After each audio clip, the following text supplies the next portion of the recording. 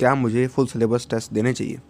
दो केसेस हो सकते हैं इसके अंदर, कि एक तो ये कि तुम पूरी तरह से फुल सिलेबस वाइज तुम तैयार हो, है ना, कि तुमने पूरा सिलेबस अपना कंप्लीट कर रखा है, तुम तैयार हो। और दूसरा केस जो कि होगा 90% बच्चों का, कि उनका पूरा सिलेबस तैयार है नहीं। तो क्या तब भी तुम्हें फुल फुल सिलेबस टेस्ट देने चाहिए? हाँ, तब भी देने चाहिए। दोनों टाइम तुम्हें देने चाहिए, चाहे सिलेबस कंप्लीट हो चाहे ना हो। लेकिन जिसका सिलेबस कंप्लीट हो गया उसको ज़्यादा फ्रीक्वेंसी में देने चाहिए, जिसका सिलेबस कंप्लीट नहीं हुआ उसको कम फ्रीक्वेंसी में देने चाहिए। समझ रहे हो? फ्रीक्वेंसी का अंतर रखना है आपको। अगर सिलेबस कंप्लीट हो गया तो ज़्यादा फ्रीक्वेंसी मतलब क्या? आप हफ्ते में 3 बार दो फुल सिलेबस टेस्ट, है ना। जो जिसका सिलेबस कंप्लीट नहीं हुआ है वो हफ्ते में 1 बार ही दे, है ना। और फिर बाकी वो चैप्टर वाइज टेस्ट दे, है ना। क्योंकि फुल सिलेबस कंप्लीट नहीं हुआ तो सबसे पहली जो इमरजेंट सिचुएशन है वो ये है कि सिलेबस कंप्लीट किया जाए, तब तो फुल सिलेबस टेस्ट देने का मतलब होगा, है ना। लेकिन इसका मतलब ये भी नहीं है कि आप एक भी टेस्ट नहीं दो। समझ रहे हो? इसका मतलब ये भी नहीं है कि आप एक भी टेस्ट ना दो, है ना। क्योंकि फिर ऐसा करोगे तो फिर आप फुल सिलेबस पैटर्न के हिसाब से कभी हो सकता है तैयार ना हो पाओ, क्योंकि आप सिलेबस पूरा होने का ही वेट करते रह गए, सिलेबस कभी पूरा हुआ नहीं, और फिर आप गए लास्ट में तो आपकी हालत ख़राब हो गई। देख के भाई, ऐसा थोड़ी होता है ना। तो अपन तैयारी कर रहे हैं ऐसे पेपर की जो कि फुल सिलेबस ही आएगा। पेपर तो हाफ सिलेबस नहीं आता, पेपर तो फुल सिलेबस आता है ना। तो फुल सिलेबस पेपर आता है क्योंकि, तो अपने को तैयारी भी वैसी करनी चाहिए, है ना।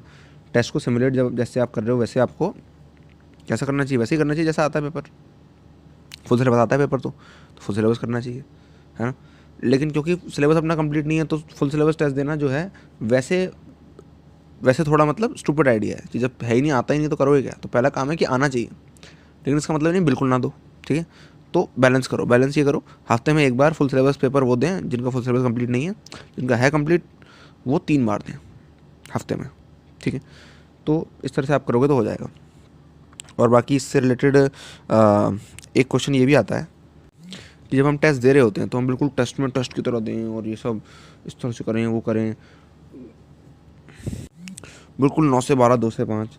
तो देखो, ये 9 से 12 2 से 5 ये करने की ज़रूरत तब पड़ सकती है जब आपको पेपर में 1 हफ्ता रह गया हो या 2 हफ्ते रह गए हो, है ना। अभी आपको ये हरकत करने की बिल्कुल ज़रूरत नहीं है, ठीक है। तो जो लोग ऐसे हैं, अगर आप कैजुअली पेपर देना जानते हो, एक तो ये कि ये जो मैंने बोला ना हफ्ते में 1 बार जिनका फुल सिलेबस कंप्लीट नहीं हुआ है, हफ्ते में 1 बार इनको मतलब उन लोगों को देना चाहिए फुल सिलेबस टेस्ट पूरा बैठ के प्रॉपर, है ना, जैसे आप एग्ज़ाम में दोगे प्रॉपरली, है ना, वैसे देना चाहिए। साथ में 2 बार कैजुअली भी देना चाहिए। कैजुअली मतलब आप आराम से बिस्तर पर लेटे हो, सॉल्व कर रहे हो, आराम से पेपर सॉल्व कर रहे हो, हो गया, नहीं हुआ सॉल्यूशन देख लो पीछे, लेकिन कर रहे हो, करना इंपॉर्टेंट है ना। 1 बार पूरा प्रॉपर बैठ के और 2 बार बस ऐसे ही कैजुअली सॉल्व करना जानते हो तो इस तरह से सॉल्व कर दो फुल सिलेबस पेपर। जो नहीं आया देख लिया, सीख लिया, हो गया, आ गया। क्योंकि कई बार ऐसा होगा कि हो सकता है आपको फुल सिलेबस ना हो पाए। अगर नहीं हो पाया तो कम से कम वो पॉइंट्स आपके काम आ जाएंगे जो कि आपने उन पेपर के सॉल्यूशन से सीख लिए, है ना। तो जब फुल सिलेबस पेपर करोगे कैजुअली तो भी आप सबके सॉल्यूशन देखोगे, है ना। और जो चैप्टर आपको नहीं होता तो भी देखोगे, जबरदस्ती समझने की कोशिश करोगे, एटलीस्ट फॉर्मूला ही रट लो।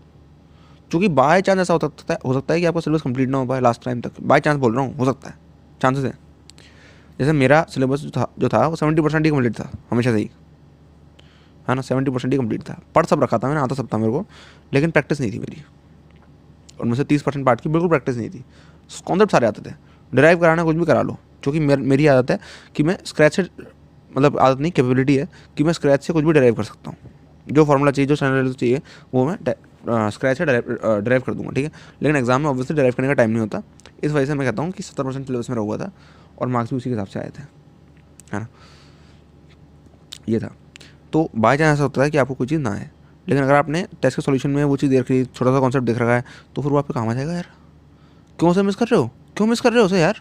क्योंकि टेस्ट में ज़्यादातर लोग क्या करते हैं, वो चीज़ें डालते हैं जो कि इंपॉर्टेंट हैं, समझ रहे हो, जो कि ज़्यादा आती हैं।